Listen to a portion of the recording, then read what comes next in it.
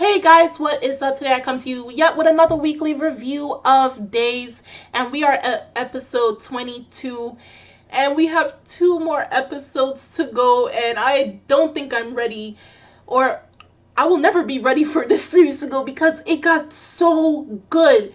And when you think about all the build-up that this series had up to this point, you're gonna be left wanting more by the end of it. Now this episode, it still continues on with the game with KO versus Seiseki, and Tsukamoto did not get the goal. Actually, he went for the goal twice and he did not get it. But here's where the major difference lies.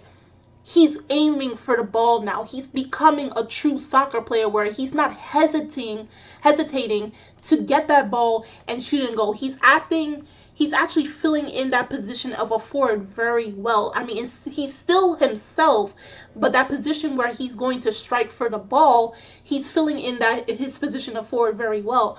So he does end up missing the ball, but I like the fact that he's driving for it. He's going for it, and he's not hesitating anymore. He's becoming a very good soccer player right now. He's still, leagues behind others, but you see where he's coming from. And, this episode also kind of focused on Usui-senpai and very close to the ending, Kimishita. We know that because, the 3 arrows are out, and the fact that Nitobe had been suspended, he got a red card. So now they're down by 1 player. So there's 10 versus 11 players on the field right now. So right now, Seiseki is kind of at a disadvantage, especially with KO scoring and tying up the game with 1-1, because before they was at 1-0, but now that they scored a goal, because we come to find out KO, they don't want to be looked down upon as that newbie school against Seiseki. They want to make a name against themselves. They're going against one of the top schools when it concerns soccer, and not a lot of people are expecting much from them, not even myself. And at the end of the day, Seiseki is going to win, but they're there for the plot device, for the point of the series. But nonetheless, they're trying to make a name for themselves. So if they think they can win against Seiseki, that means they can go up against any other school, because Seiseki is one of the strongest schools for high school soccer teams. So they end up scoring a goal after you saw a kind of a argument between the team. What we come to find out is, like, Maruka, who is the captain, and Kai, when they started up the team, they were the 2 who started up the soccer team at their school, and they got some veterans and some other players, and they made this declaration that they will be the ones, Kai and Maruka will be the ones to score the goals. You guys just give us the passes and defend and everything, and when you give us the ball, we'll be the ones to score. And they made their promise. They scored the ball. Now Seiseki was kind of arguing amongst themselves, because they're down 1 man, and now they're tied, and it's kind of like in the second half you're tied, and all of this is happening, and it's not looking good for them. And then we have Usui-senpai, who's able to calm down the team through, a little meditation by closing the eyes and taking big breath in and breath out. And we come to find out a little bit about Usui-senpai in this episode. We come to find out that, he himself was very scared of taking the position of captain when he came by at least his 2nd year. That originally he was supposed to be the captain of Seiseki, not Mizuki.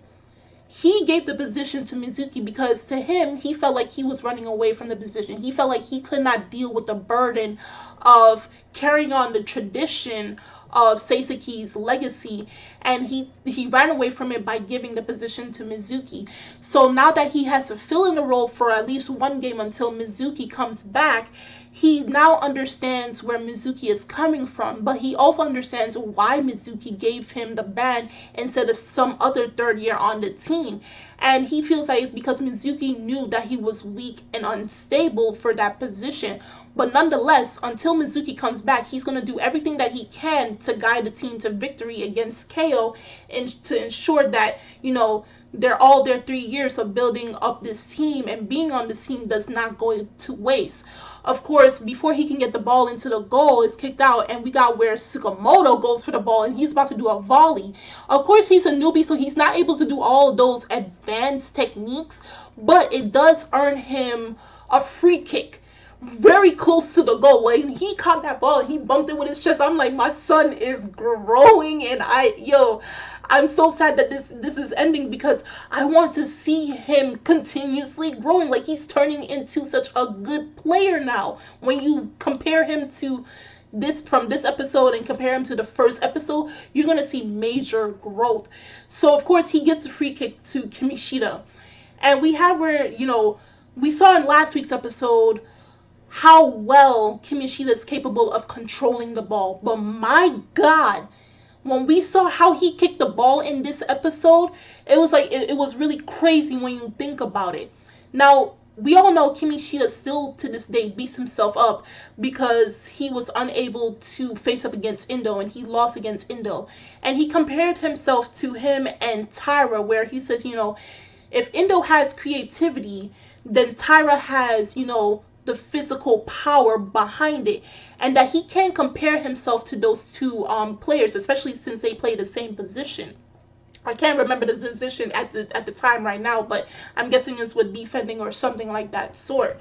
But what happened was, we saw through Oshiba's memories how he always saw Kimishita training and how to control with such accuracy on kicking the ball into the goal. Like I said last week's episode, when they got that corner kick, and how he curved the ball to go into the goal when nobody was expecting that, then we saw again when he actually got the free kick and he kicked the ball into the goal. Usually when you get a free kick in soccer, it's like you have the players standing in front of the goal, especially if it's very close to the goal. We have defenders and everybody trying to facing their backs to the goal, and what happens is the person who's kicking the free kick, more than likely you're thinking, okay, they're gonna try to kick it off our heads, so if one of us can catch it with our chest or our heads, that way the ball does not go into the goal.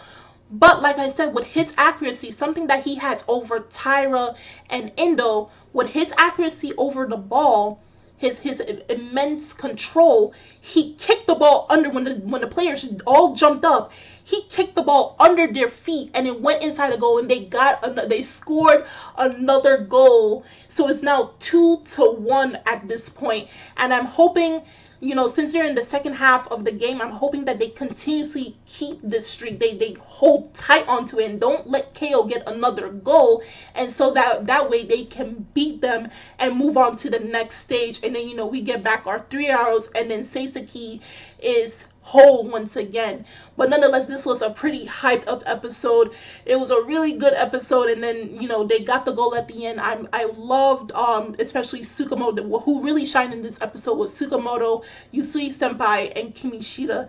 So if you guys saw this week's episode of Days, episode 22, tell in the comment section below what your thoughts were on this episode. What were some of your favorite moments? I would love to see and read it. And the links are in the description box as always. And I'm Kimmy Chan of Anime Legends Podcast. And I will see you guys later. Bye.